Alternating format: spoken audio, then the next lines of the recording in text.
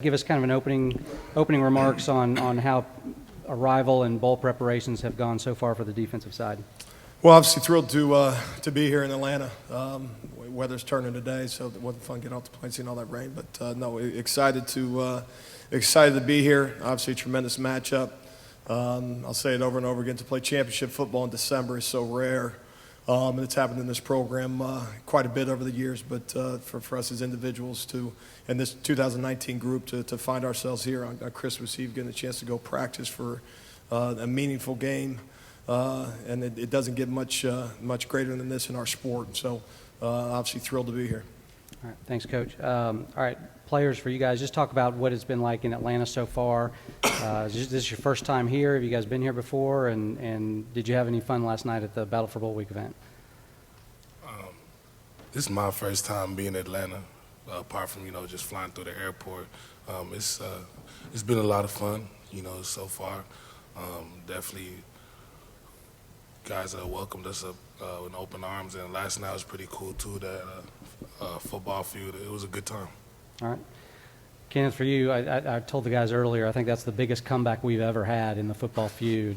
Does that bode good things for OU? I mean, we had this saying, they're not in until they're officially in. Talking about the offense and getting into the end zone. So, we never give up. Speed D. Got 3-and-out takeaway mindset. Coach Grinch attests to it. So, it's been fun being here. Obviously, being in Atlanta, this is my first time being here. So, I had a lot of fun last night. All right, very good. All right, we'll go ahead and open up to questions. Raise your hand. We'll get you a microphone.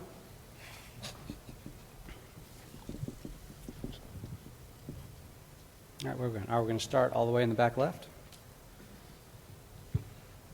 Matt Trent, ABC Baton Rouge. Coach Grinch, how much does the defensive game plan change with Ronnie Perkins' absence this weekend? Well, it's kind of been part of our story this year in terms of, we had a defensive back, Trey Norwood, lost for the year. We had an outside linebacker. And these aren't household names, but they are in our building. John Michael Terry, an outside linebacker, out for the year. Caleb Kelly was a linebacker. Missed the first 10 weeks of the season for us, and so it's kind of been part of our story in 2019. And what that looks like and feels like is we talk about game planning every week, and probably too much is made of that. But we stick to what we do defensively. We feel like what we ask these guys to do on a week-to-week basis, regardless of opponent, puts them in the situation to be successful. And what it requires is everyone to step up.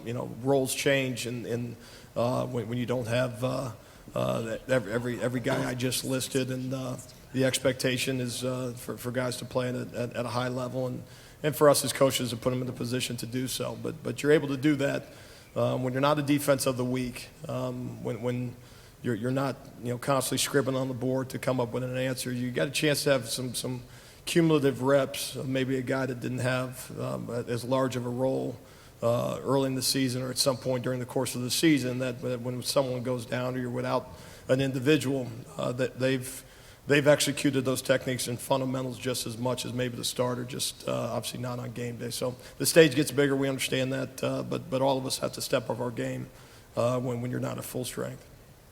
All right, we're going to go over here to the back right.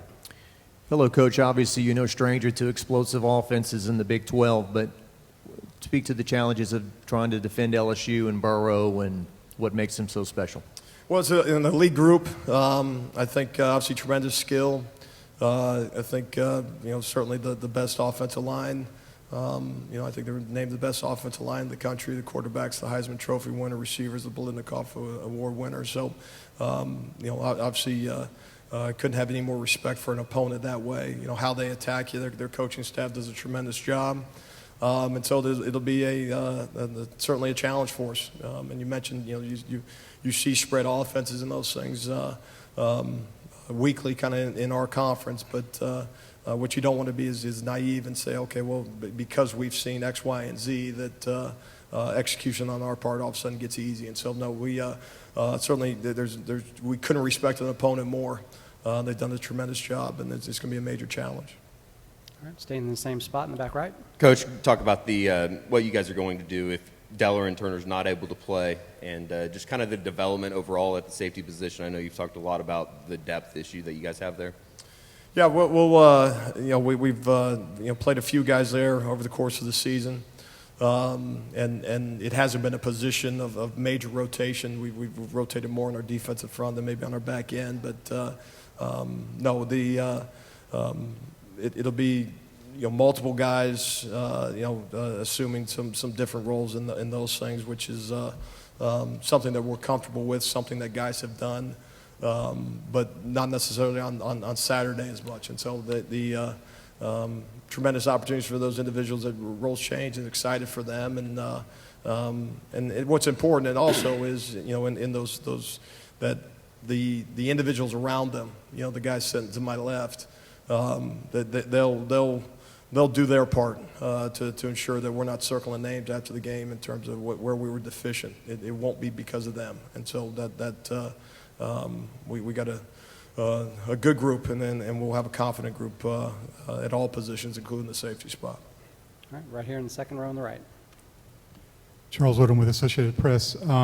As you talk about your game plan, how does LSU's uncertainty at running back affect that plan, and you may be facing a committee approach instead of their star back? Well, I don't think their scheme's going to change based on that. Obviously, they have a weapon in the backfield, does a great job in the run game, runs downhill, he's quick. He's a weapon in the pass game as well.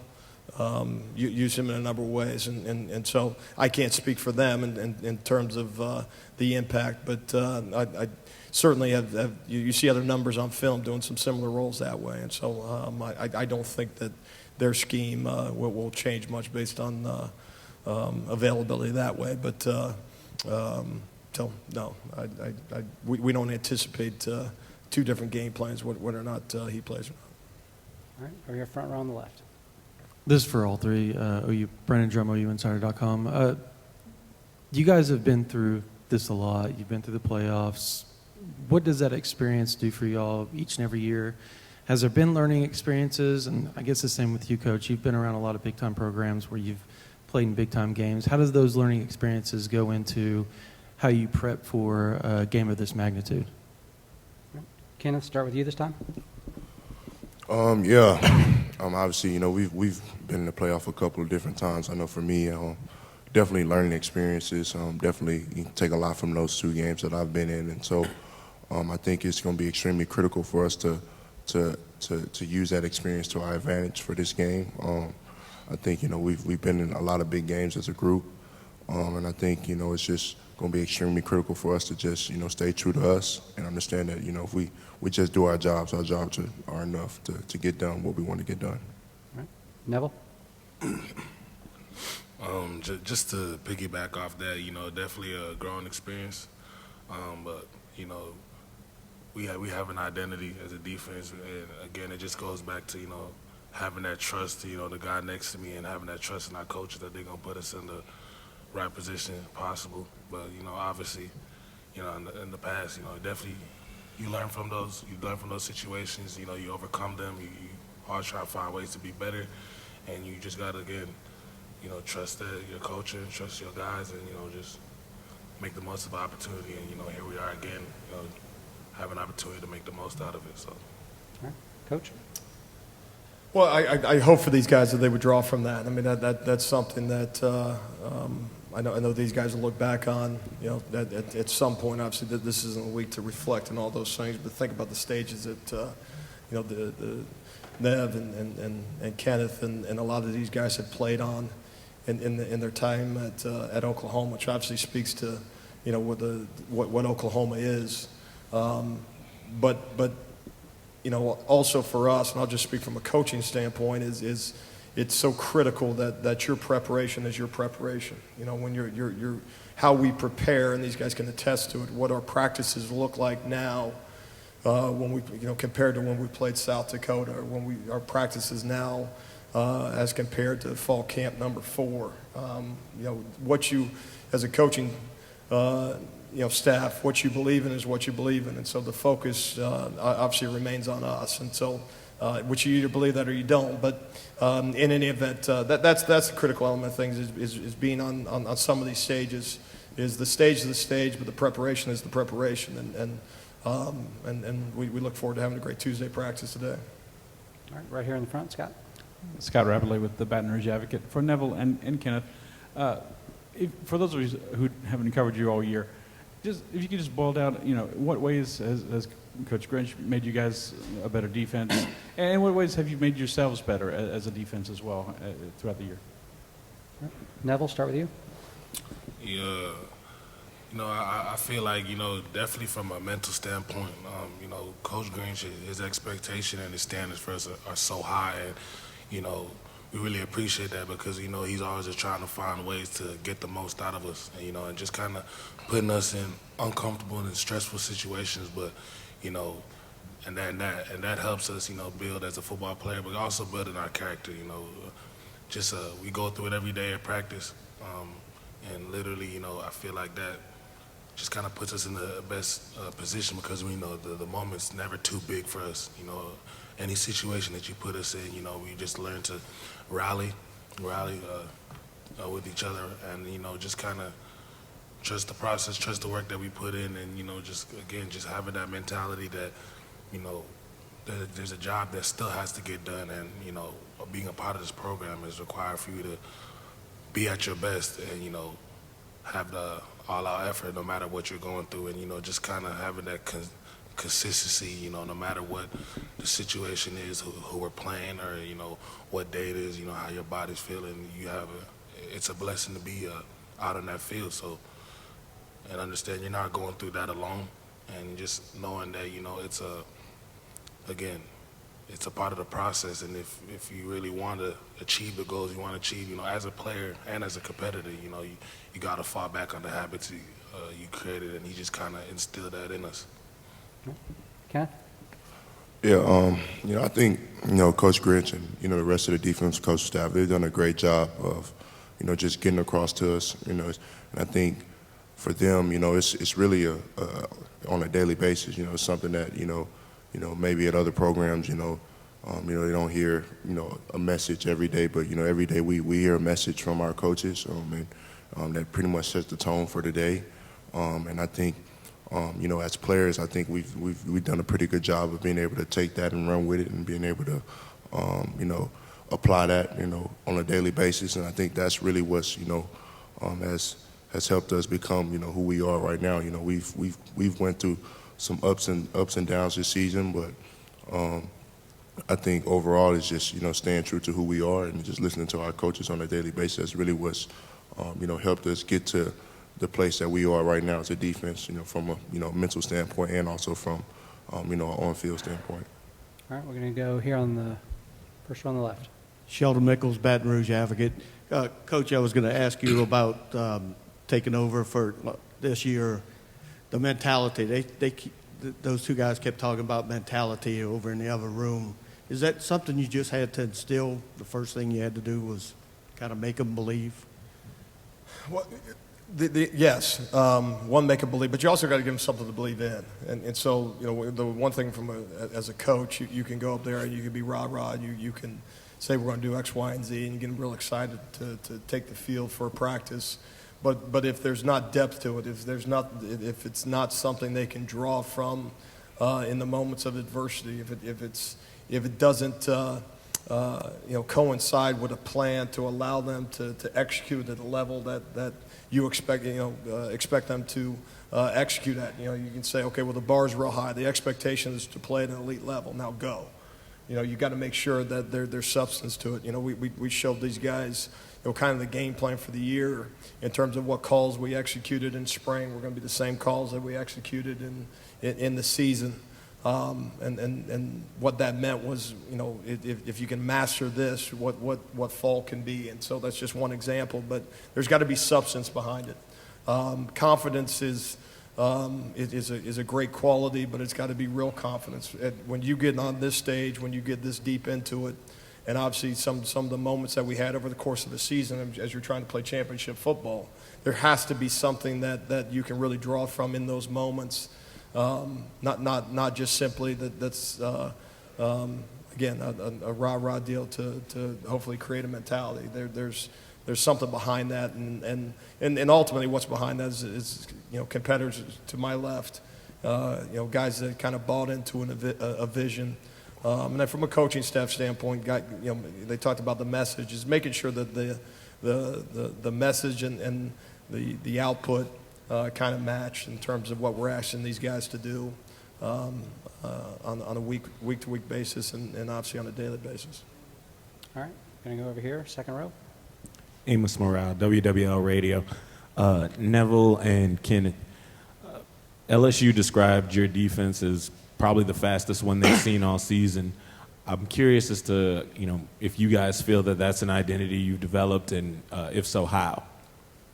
Most definitely. I think, one of our goals this season was to have one of the fastest defenses in the country. And so I think that's something that's been presented to us by our coaches, and I think that's something that, we truly try to embody. And I think, when Coach Grinch first came in, he talked about straining to the ball.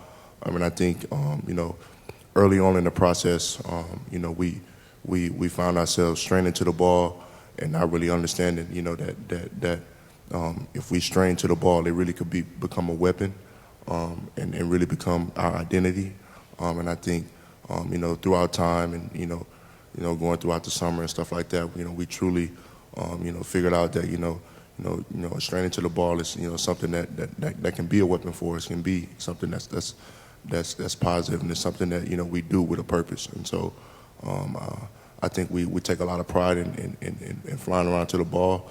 And then when we don't fly around to the ball, it's something that we hear about from our coaches. So I think that's what keeps us accountable. Right. Neville?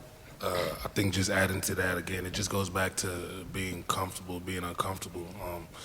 Kind of like Kenneth said early on, it was one thing to strain, but we didn't really have an understanding. But now we're just at a point that we understand, the success and the energy and passion that's showing that when you got 11 guys, flying to the ball.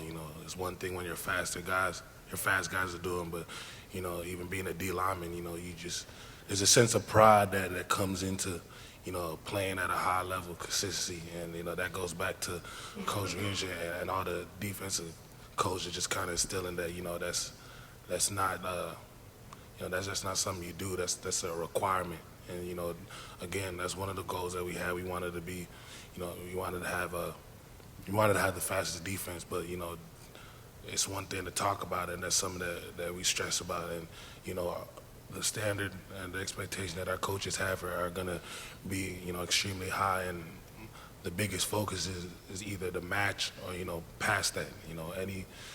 Any time there's a situation where it's below that, again, we get addressed, and we gotta do our best to meet that standard. But that just goes back to our preparation. This all started way before a lot of people realized it. And again, it goes back to it's about us and how we can have an impact in every way possible. And straining to the ball is that's something that that doesn't require talent or anything. It's just your want to, your effort, and understanding that you have a job to do, and no matter what the situation is, you selling out, you giving it your all, can overcompensate for a lot of things.